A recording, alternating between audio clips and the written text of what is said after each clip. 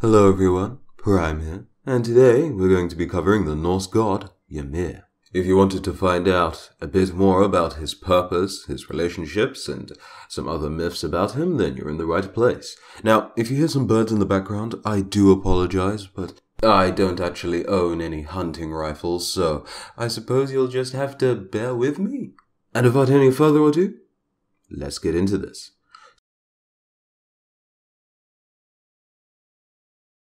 So, Ymir was said to be the largest frost giant that came to be, which will make sense soon enough. His name means scream and is pronounced Ymir. I'm still going to continue saying it Ymir, but I'm just used to saying it like that, so you'll have to forgive me. His name can also be spelled/pronounced like this. Being a frost giant, Ymir possessed incredible superhuman strength, and his body was completely made out of ice. Not much is known about Ymir's prior personality, but for whatever reason, Ymir became evil and more irritable. To put Ymir's size into perspective for you, take an Asgardian god and assume that an average frost giant is far taller than him, twice the size for this example. Now consider that Ymir is said to be the largest of these men, which makes sense considering the story I'm about to tell you. The point is that his in-game character model, being that Smite is a game and doesn't represent his actual size, is far smaller than Ymir's actual size. The same can be said for Geb, Fenrir's Ragnarok state, and so on. After all, as I said, it's a game, it's supposed to be enjoyable, and playing a character with the hitbox the size of a map probably wouldn't be the most enjoyable thing in the world. Before everything began, there was nothing known to man in existence. Neither the oceans, waters, nor the blue sky, or the heavens, nor the earth. One day, just as simple as any other, the foggy, frozen Niflheim was formed. Muspel, a southern area, was famously hot and protected by the giant Surt, who wielded a flaming sword. To the north, there existed a bottomless abyss, known only as the Ginnungagap. It is said that when Ragnarok was to be concluded, all that would remain would descend into the blackness. The rivers that reached this place stood still, and everything was coated in ice. Eventually, the great heated air of Muspel reached the cold Ginnungagap, melting the ice. The resulting drop began to take a shape, thickening swiftly. This became Ymir, father of all frost giants. The drips also created a cow, Udomla, who spouted 4 strong rivers of milk that nourished Ymir. Udomla herself stayed healthy by licking salty rime-covered stones that surrounded her. The cow licked away at these stones for 3 days, and on the 3rd, Buri was fed. His son married the daughter of a frost giant named Bestla, and together they had 3 sons, Odin, Vili, and Vi. Whilst Odin was the most powerful, the 3 ruled the heavens and the earth together.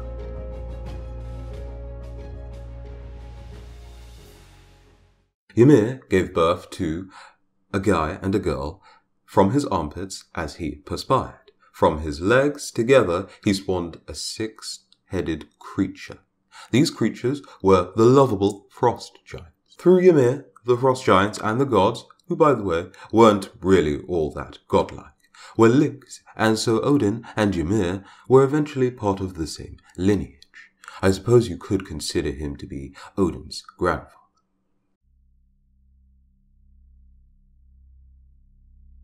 Eventually, Ymir grew evil, and this suited Odin and his brothers none. Together, they set out to slay the giant, and when they happened upon him, they luckily found him in his sleep.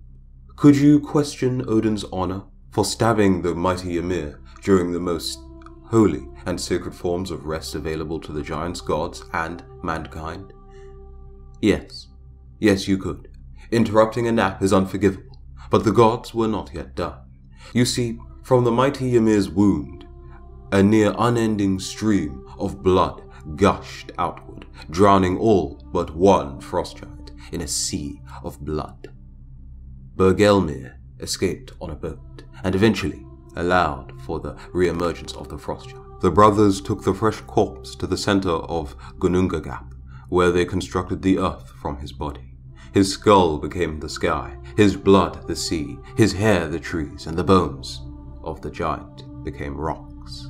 I can think of no better way to teabag your enemy. Ymir's brain was used as the very clouds in the sky, and his eyelashes were used as barricades to bar the frost giant species from the earth. Odin then used 2 logs to make people, one of his brothers giving them life, the other giving them consciousness, and with the last brother giving them their senses. This is how the human race began. Just to clarify, Ymir is said to be immortal, so all of these parts from Ymir's bodies that were being used to form the earth were indeed very much living parts. We do not truly know why he suddenly became evil, nor do we know too much about his early life or the time span between him creating the gods and him being hunted down by the gods. So that will pretty much do it for this video. If you enjoyed, go ahead and leave a like or subscribe to the channel if you are new to enjoy more content just like this. And if you would like to see a very specific god of your own covered on this channel, then go ahead and leave a request in the comments down below. Now, up next will be Mercury, and following Mercury will be Anubis, and I should bring up a list of the gods to come after that on screen, but I might interject something else that I've been planning to put in, outside of other uploads that aren't Smite, of course. So until the very next video, thank you for checking out this one. I've been Prime, and I'll see you in the next one. Goodbye.